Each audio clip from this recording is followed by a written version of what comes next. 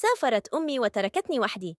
اسمي جيلين كانديلاريو. كنت طفلة صغيرة أبلغ 16 شهراً. لم أكن أعرف شيئاً عن العالم سوى وجه والدتي. في أحد الأيام وضعت أمي بجانبي زجاجتي وعلبة الحليب وحفاظاتي وغادرت المنزل.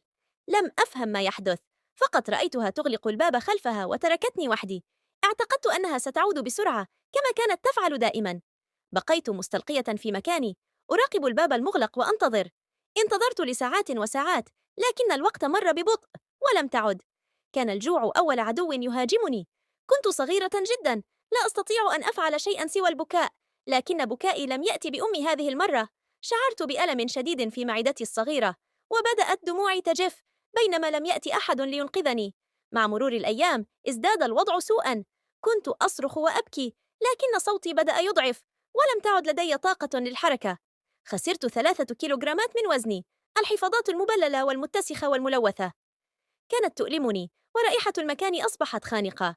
كنت مستلقية على ظهري في نفس المكان الذي تركتني فيه أمي، محاطة بأشياء لا أفهمها.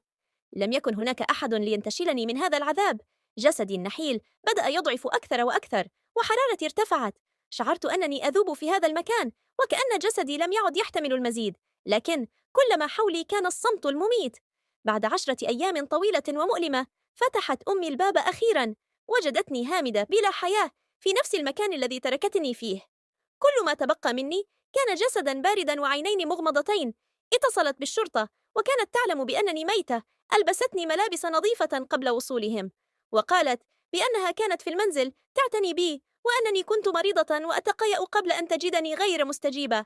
ولكن الشرطة عثرت على براز على يدي وقدمي وتحت أظافري وعلى فمي وأسناني.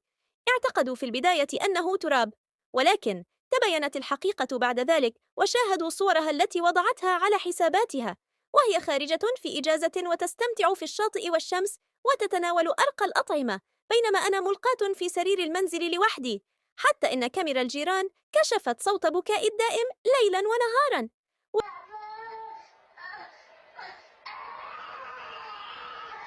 وكانت آخر كلمات القاضي لها في المحكمة: تماماً كما تركت طفلتك جايلين في المنزل بمفردها، يجب أيضاً أن تقضي بقية حياتك بمفردك في زنزانة بلا حرية.